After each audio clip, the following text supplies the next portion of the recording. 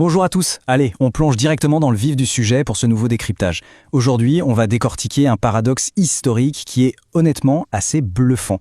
On parle de la politique coloniale française en Afrique du Nord, plus précisément en Kabylie, au XIXe siècle. En général, quand on pense à la colonisation de cette époque, on imagine tout de suite l'imposition immédiate de la langue et de la culture du conquérant, vous savez, la fameuse mission civilisatrice. Eh bien, tenez-vous bien, sur le terrain, en Kabylie, la réalité administrative a été totalement à l'opposé de ce qu'on pourrait imaginer. Arabisation de la Kabylie, le rêve de la France coloniale. Voilà, c'est exactement cette citation qui illustre le cœur de notre sujet. C'est quand même une contradiction assez frappante, non? Les textes de l'époque montrent clairement qu'immédiatement après la conquête française, la priorité absolue de l'administration n'était pas du tout d'imposer le français, mais bien de mettre en place une politique d'arabisation ultra structurée. Du coup, ça soulève forcément cette énorme question, comment et surtout pourquoi une armée française, après avoir conquis un territoire, finit-elle par y instaurer activement l'arabe? C'est tout le paradoxe qu'on va essayer de démêler ensemble. L'idée, c'est de vraiment comprendre la réalité géopolitique, qui était, on va le voir, extrêmement complexe à ce moment-là. Alors, au programme, pour structurer tout ça, on va d'abord aborder le projet d'arabisation coloniale en lui-même. Ensuite, on parlera du conflit très tendu entre militaires et colons civils. On enchaînera avec l'altération de l'identité nominative et on terminera sur l'enseignement utilisé comme une véritable arme politique. Allez, on commence avec notre première partie, le projet d'arabisation coloniale. Ce qui saute aux yeux quand on regarde la chronologie de l'époque, c'est la rapidité hallucinante des événements. La source nous indique qu'il n'a fallu que 4 petites années après la conquête de la Kabylie pour lancer cette politique, soit en 1861. Et cette période de 1861 à 1864, c'est vraiment l'âge d'or, la période d'activité maximale de ce que l'administration appelait les bureaux arabes. 4 ans, c'est un délai incroyablement court pour déployer une machine bureaucratique d'une telle envergure. Ce qui nous amène à notre deuxième point, le bras de fer entre les militaires et les colons civils.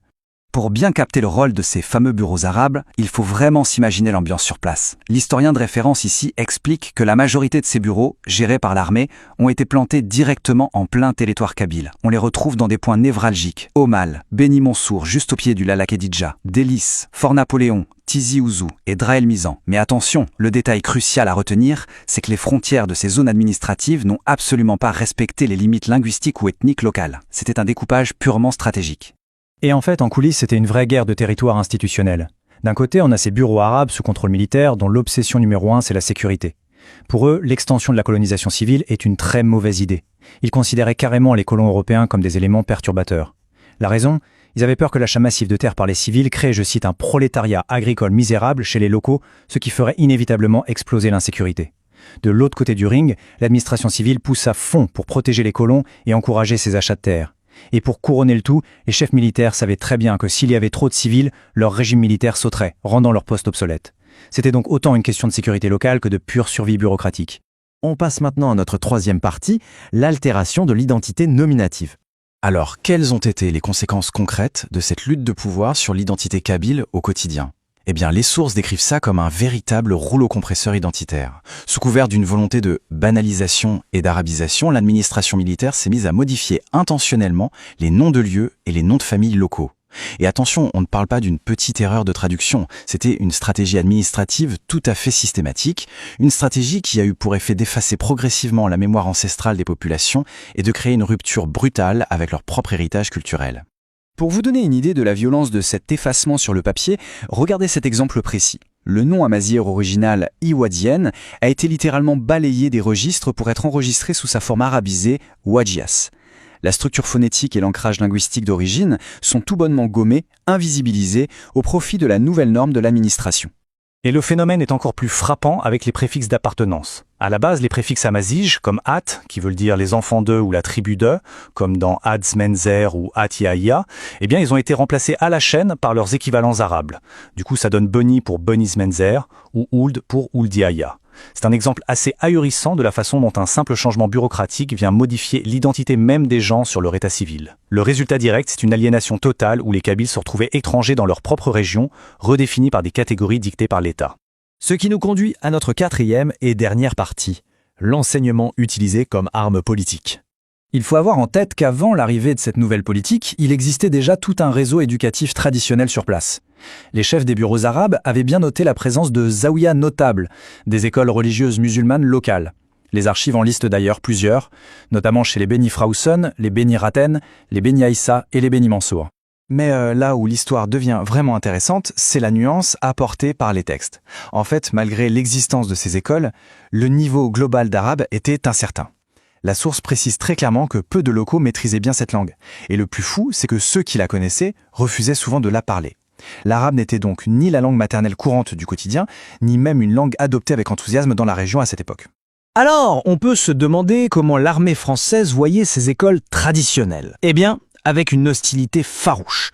Pour les autorités militaires, ce n'étaient pas des simples écoles. Je cite carrément les sources de l'époque, ils les percevaient comme des foyers de fanatisme, le lieu de réunion de tous les ennemis les plus acharnés de notre domination. Ce sont des mots extrêmement durs. Face à cette structure éducative qu'ils percevaient comme une menace directe contre leur autorité, ils se devaient de trouver une alternative qu'ils pourraient contrôler de bout en bout. Et leur grande solution institutionnelle, ça a été la création d'écoles dites arabes françaises. C'est véritablement là que l'arabisation prend la forme d'un programme d'État officiel et structuré. Le principe imposé était limpide, on enseignait la langue arabe le matin et la langue française le soir.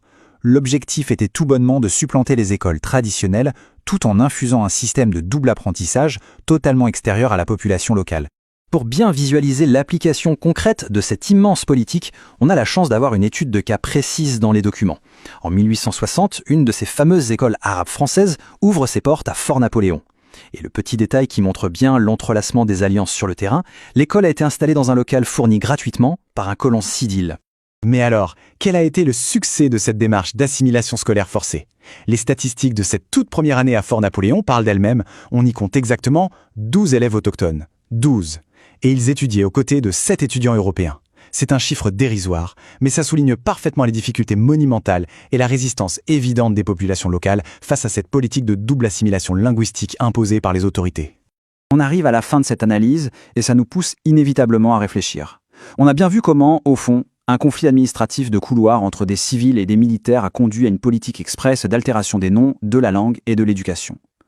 La grande question qui reste en suspens, c'est comment des décisions purement bureaucratiques prises dans les années 1860 par des fonctionnaires pour des questions de sécurité immédiate ou de survie de poste, peuvent-elles continuer à dicter la mémoire culturelle et la toponymie même d'une région des générations entières après leur passage? C'est une réflexion passionnante qui résonne avec l'histoire institutionnelle de plein de régions à travers le monde. Merci beaucoup de m'avoir accompagné dans cette exploration et surtout, n'arrêtez jamais de questionner l'histoire.